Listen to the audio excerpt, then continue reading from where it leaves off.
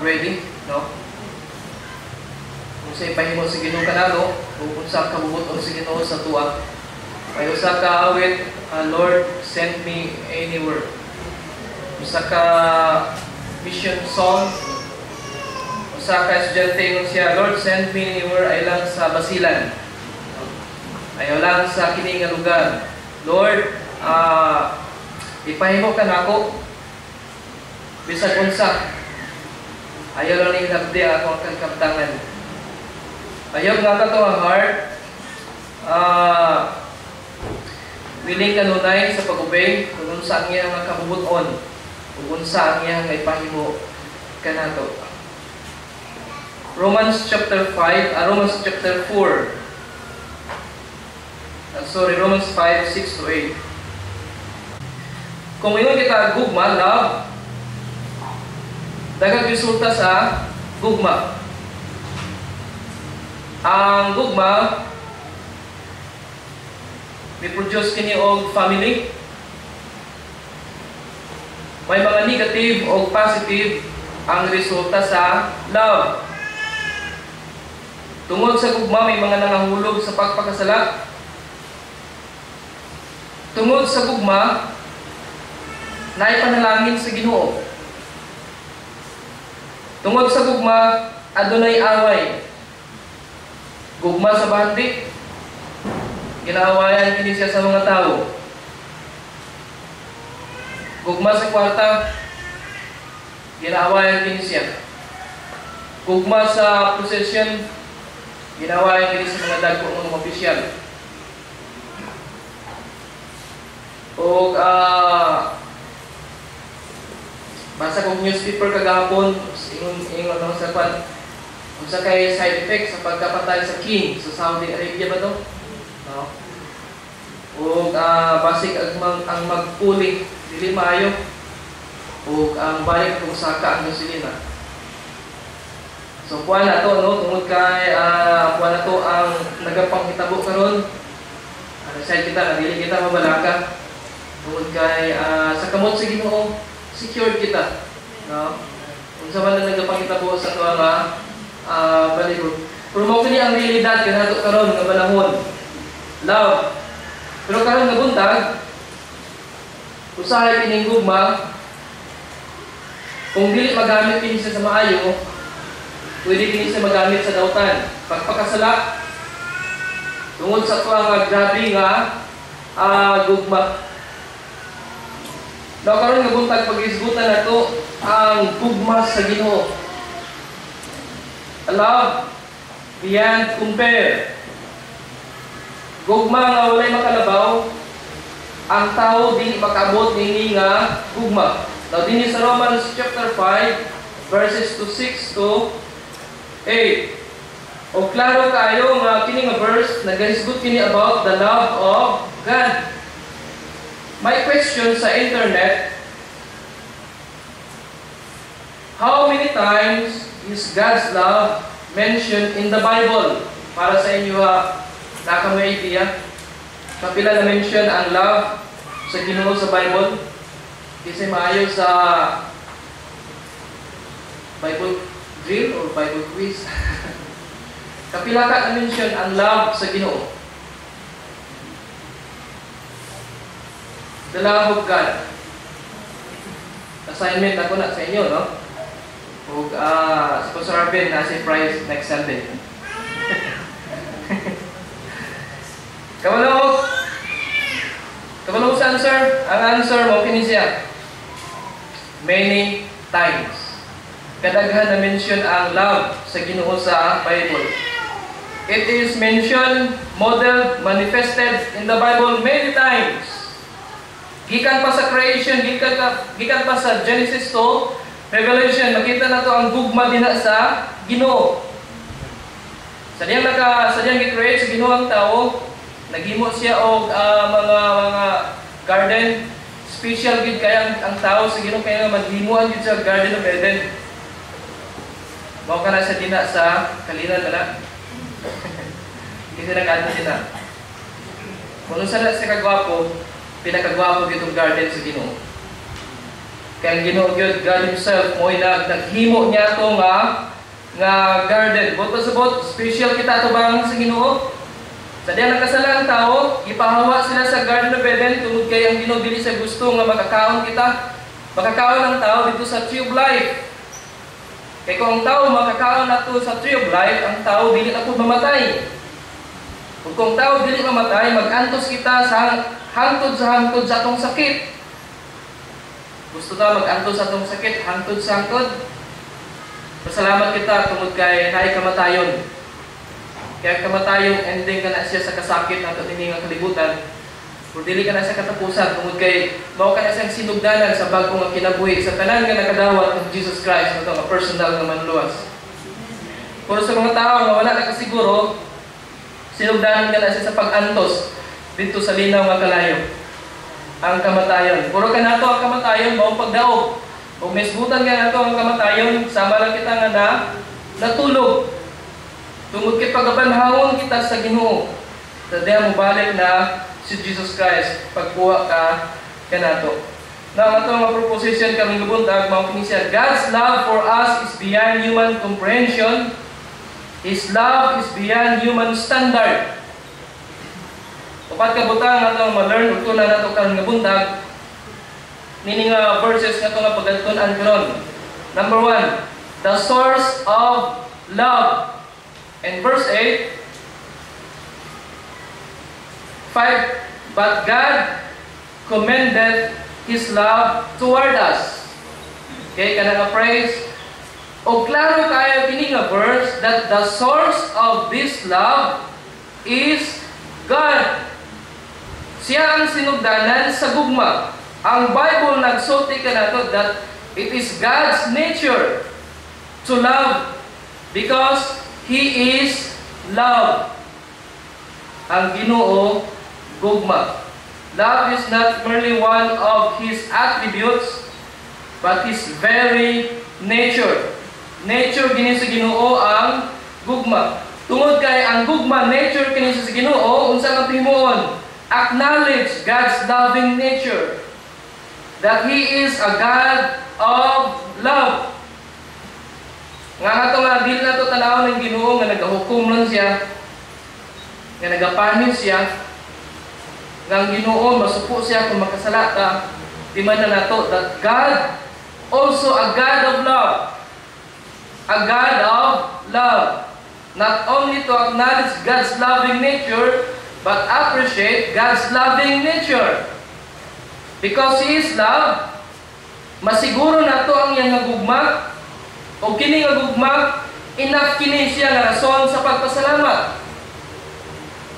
Saya. Ang Bible nag-describe sa iyang nagugma in many ways. Nga dapat nato i-appreciate ang iyang nagugma. His love is eternal, unconditional, perfect, unchanging, infinite, gracious. Mao kini ang love sa Ginoo. Imagine nato no? Kung kini nga nature wala sa Ginoo, unsa ka mahitabo sa tuwa nga mga makasasala? Kung kini nga nature sa Ginoo wala kini siya. He is not love. God is not love. Unsa ka mahitabo sa tuwa karon? Unsa ka mahitabo sa imo karon? Kung ato ka na siya imagine. So, the source of love, wala lain. Nagsulti ang pulong sila sa verse 8, ang Ginoo. The source of love is God. Second, not only the source, but the object of His love. In verse 8, kinsang object sa iyang love. But God commended His love toward us. Okay, ang word niya nga as, ang personal pronoun, word nga as, yapil ni Paul ang iyang kaugalingon. In that while we were yet sinners. Gigamit usab din ni Paul ang we o gidescribe niya kita nga makasasala. Ang word ring nga sinners. Boto sa bot mao kini siya. Ang object sa iyang gugma kita nga mga makasasala. Ang object sa iyang gugma dili ang animals, dili ang mga kahoy, dili ang yuta, dili ang mga butang nini nga kalibutan. Ang object sa iyang love Ikaw, ako, kitang tanan. In John 3:16, for God so loved the world. Ang world din na, wala ka na siya nag-refer sa atong ginatumban nga yuta. Ang love din ha, nag-refer ka na siya sa mga tao. Gigugma kita sa Ginoo. Now, ang pangunta na kinsa man ta nga pagigugmaon sa Ginoo. Duha ka butang ato nga ma-learn nga verse. Una, our condition. Unsa nga ta condition? I-describe din ni Paul ingon sa dinha, while we were yet sinners, Christ died for us. Okay? God's love is shown to those who are undeserving. Dili kita deserving sa iyang nagugma. Igugma kita sa Ginoo. What we deserve as sinners is God's wrath. Yang kasuko, punishment. Instead, He showed His love, mercy, grace sa tua nga dili deserving sa kini nga gugma sa Ginoo. Mao kana siya nga atong condition. Si Isaiah gi-describe niya kung unsa kita kahugaw tubangan sa Ginoo. Kung ingon kita trapo, unsa ang nasa ka hunahuna? Wow, hugaw kay na siya. No? Ug usa ka experience nako karon nga semana dito sa ospital. Kami na duha ni AJ. Pagabot ginamo dito, nagsakit ang iyang tiyan, niya gusto na siya matugsian. Ug wala gid sa nakapugong. Dina sa salog, no? Ibawas niya tanan. Pao ko balog sa akong himuon, mangita og trapo, walay trapo. Way towel, kay wa ko'y pag-abot, no? Ug may ganit tungod kay nay nindot ang ilahang pag tabang pud sa ospital ug nasulbad ko akong problema atong time. Kung sa akong himuon sa grabe nga bawa sa tina sa kwarto. Namuing kita trapo, hugaw kay na siya.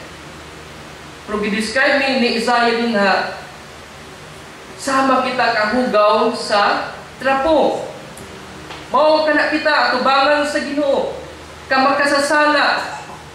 Daw tungod kay makasasala kita sa tubangan sa Ginoo nga gigugman niya, unsa ka himuon, admit that because of your sinfulness, because of our sinfulness, we are not deserving sa iyang nga gugma.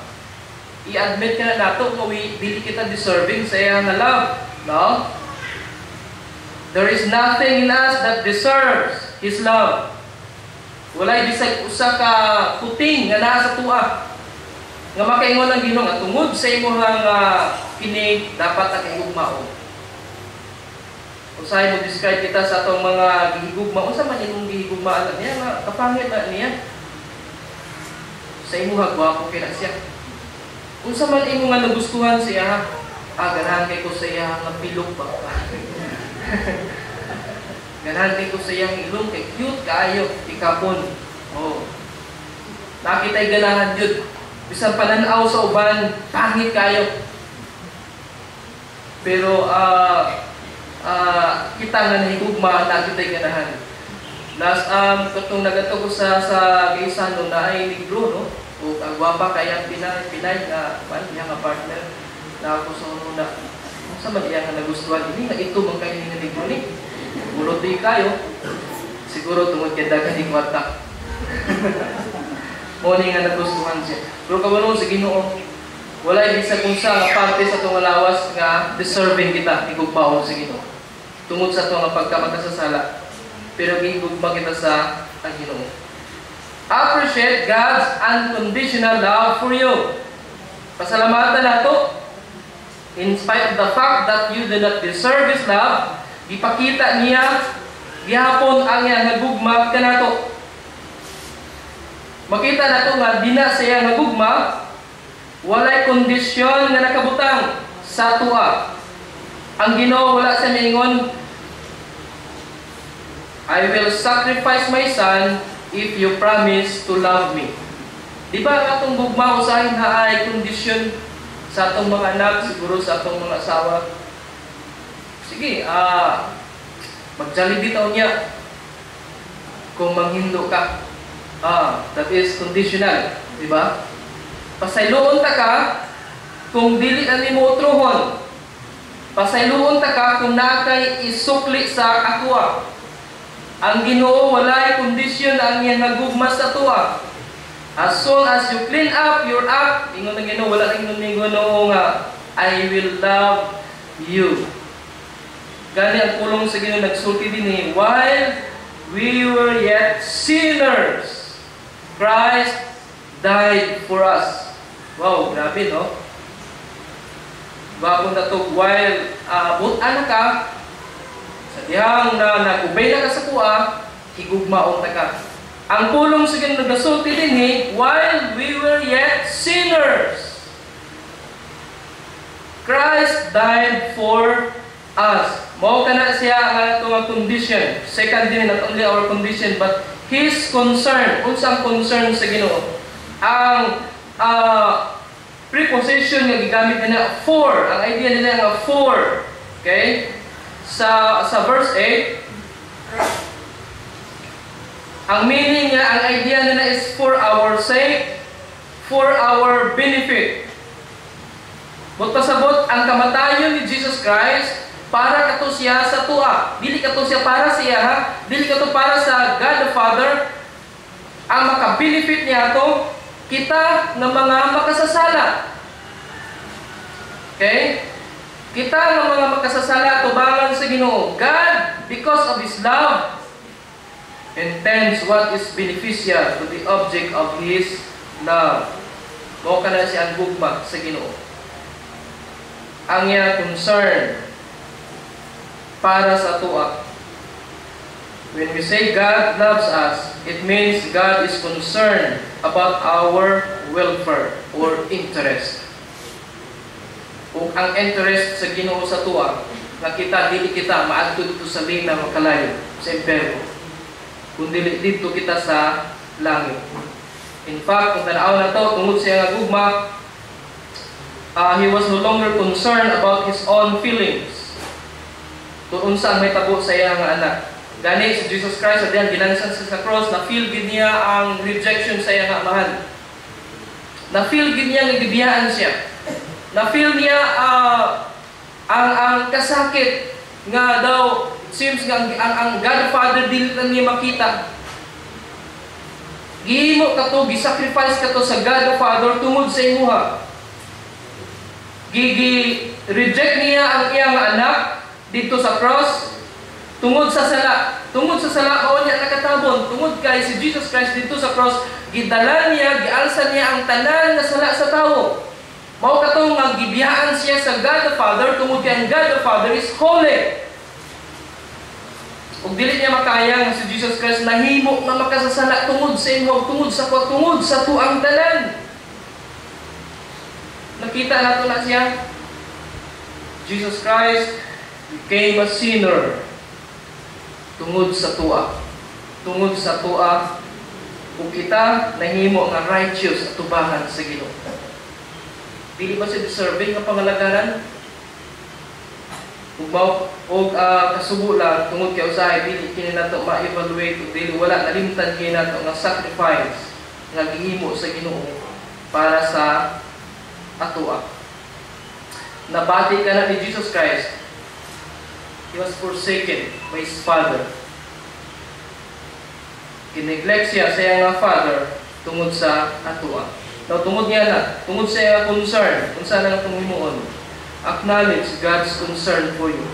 That He was willing to send His Son for you in John 3:16. Then appreciate His concern for you. I-appreciate na to ang gihimo ni Jesus Christ. The source of love is God. The object of His love, we, sinners. Wala na ilain. Number 3, the demonstration of His love in verse 8. Paano gipakita sa Ginoong iyang nagugma? But God commended His love toward us, in that while we were yet sinners, Christ died for us. Okay?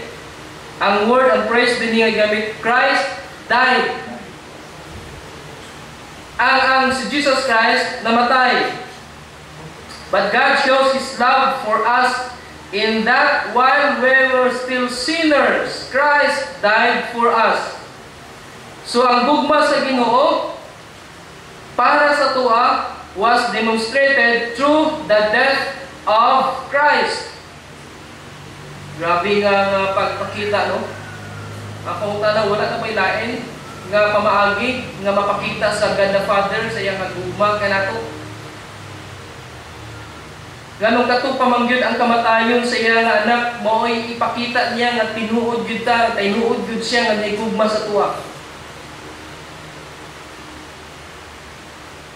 The death of Jesus Christ. Gaina sa atong gibasa sa atong responsive reading in John chapter 4:10, "In this is love, that not that we have loved God, but that He loved us and sent His Son to be the propitiation for our sins."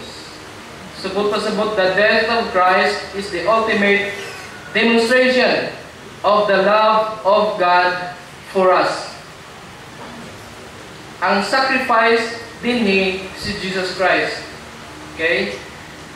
Paano gipakita, paano gi-demonstrate sa Ginoo ang iyang love? Pinaagi sa usa ka sacrifice. Ug kini nga sacrifice His only begotten Son nga walay lain si Jesus Christ.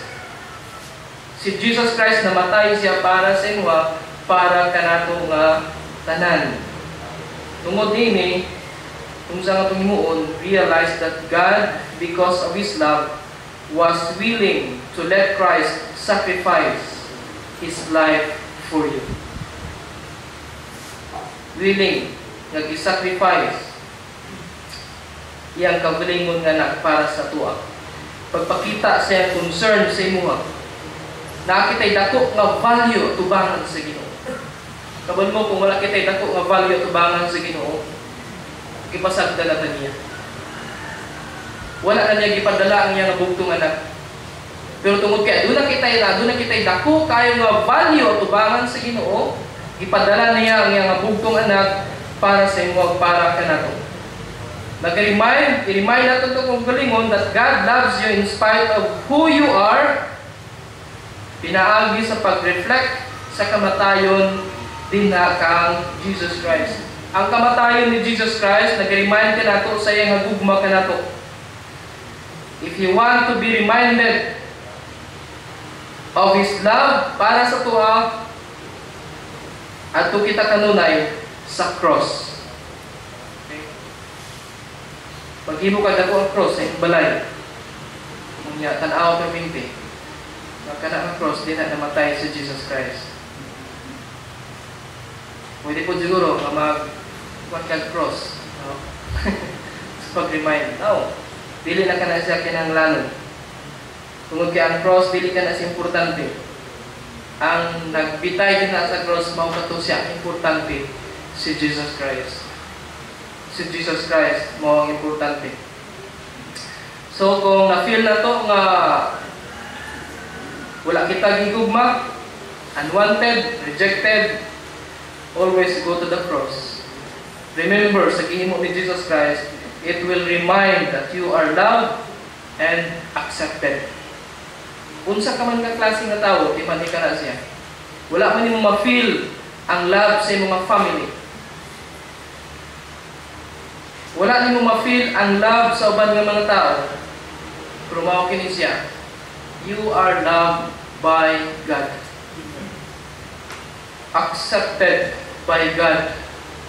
Tumaw ka na siya ang atuwa nga timanan. Second, not only the sacrifice involved, but the substitution involved. Okay? Ang sacrifice, si Jesus Christ, ang substitution, kung sa gingon sa pulong sa Ginoo, Christ died for us. Okay, ang praise na nga for us. Ang praise na for us means in our instead or in our place. But pasabot, when Christ died on the cross, He actually took the sinner's place. Kita dapat dito ang ilansang dito sa cross. Kita dapat ang magbitay dito, bunalan, yaga-yagaan, luwaan, paingon og suka. Pero si Jesus Christ mo'y nagpuli kanato. Instead of you dying on the cross, it was Christ who died dito sa cross. Usa ka example, sa katao may cancer. Gusto kang mawala ang cancer sa iya, gusto kang maayo siya, usa ka nga imong himuon. Moingon ka sa doktor, moingon ka siya, gusto ko nga maayo si mo, gusto ko nga naigugma ko si mo ha. Dili ko gusto nga mag-antos ka sa imong sakit. Kung gusto na ko nga ang cancer cells mag-transfer sa kuha. Nabay tao nga nakahimo niya na? Wala. Ang nakahimo lang niya na si Jesus Christ. Ang sakit nato, gikuha ni Jesus Christ para kita maayo sa atong masakit. Kung si Jesus Christ nahimo nga masakiton, nahimo nga makasasala tungod sa imo, tungod sa tuwa. Ubaw ka na siya ang gugma sa Ginoo. So appreciate what Christ did for you at the cross. Ang gihimo ni Jesus Christ dito sa cross dili sa yon. Gikuha niya ang sala tibuok kalibutan ug dito niya gigidala sa cross. Wow. Ug nasayod siya nga pinaagi niya to, ma-feel niya ang rejection sa God the Father nga biyaan jud siya. Ug mao kato siya ngimingon siya amahan ko nganong gibiyaan mo ako tungod sa sala kato siya. Tungod sa sala gibiyaan siya sa Ginoo. Ang lansang igamit siya pagtusok sa kamot, sa tiil. It was for you. Ang tanan nga paglato siya ang tanan nga mga pagbiyay siya ang tanan nga kasakit niyang giagian para unta to sa tuwa, para unta to sinuwa, o para unta to sa kuha, o para unta to sa tuwa nga tanan. Pero gihimo niya tungod kay higugma siya sa imuha. Higugma siya sa atua. Number 4, last. The source of love will in God, the object of His love with sinners. The demonstration of His love, Christ died para sa tuwa. Then number 4, and last, the difference between the human love and the divine love. Now, din sa verses 7 to 8, makita nato din i-compare din ang gugma sa tao o gugma sa Ginoo. Okay? Ang gugma sa tao o ang gugma sa Ginoo. Ang word ring about is used here to show the difference between human love and the divine love. Ang word ring about din sa verse 8, sa kini ka contrast din sa verse 7. Yung said ni but dako kini siya kayo nga impact no. Now gigamit usab kini ni Paul din sa Ephesians chapter 2, gi-describe din ni Paul kung unsa kita ka makasasala. Ingon dayon siya din but He quickened us. Okay? Kung magtuon kita sa pulong sa Ginoo, ang word nga but din importante kini siya. Usa kini pag-compare sa verse 7 ug sa verse 8. I-compare din niya ang gugma sa tao ug ang gugma sa Ginoo. Okay? To illustrate the great love of God by comparing it with what man was willing to do. Dagan nga mga tao nga willing nga mag-sacrifice sa iyang loved ones. Ganong willing ka nga mag-sacrifice, ganong willing ka nga magpakamatay niya nga tao, kay nga naman, kana nga tao naasay nahimo nga maayo sa kuha. Grabe gyud ang iyang gihimo sa kuha. Muna nga willing iko nga magpakamatay para siya. Kay kini nga tao grabe gyud ka maayo. Kini nga tao maayo gyud siya. Kung kini mga verse 7 mo kini siya ang dinhi ang gisgutan. Dagan ng mga tao nga willing nga mag-sacrifice. Mga bodyguard sa mga dagko nga mga tao, ilagaw president, willing nga mag-sacrifice para lang mabuhi ka ng president. Pero nakana pa mo na ilan nga tao, ganong gihimo man mo na. Unsa mo gina sila nga tao? Ganong willing man ka nga mag-sacrifice para siya, ganong willing man ka nga magpakamatay siya. Siguro ulay tao mingon nga kana nga tao mangud dautan kay na siya. Kana nga tao, gusto gid siya nga ma-down gyud ko muna nga gusto ko nga magka-sacrifice siya. Ulay tao nga nakahimo niya na. Kung sa gimon sa tao, punta mamatay na siya. Punta gabaan na siya, kunay gaba. Diba? Mao ka na siya nga tula sa tumuluna. Ang tao nga nakahimog dautan sa tuwa, unsa nga tuwa nga nasa tumulog na unsa nasa kasing-kasing. Puro negative. Walay tao nakahimog sacrifice sa tao nga dautan. Ganong willing ka nga mag-sacrifice para sa imo nga loved ones tungod kay higugma ka siya. Ang tao nga nakahimo niya na wala lain si Jesus Christ. Si Jesus Christ. Kaya nga naman, while we were yet still sinners, Christ died for you.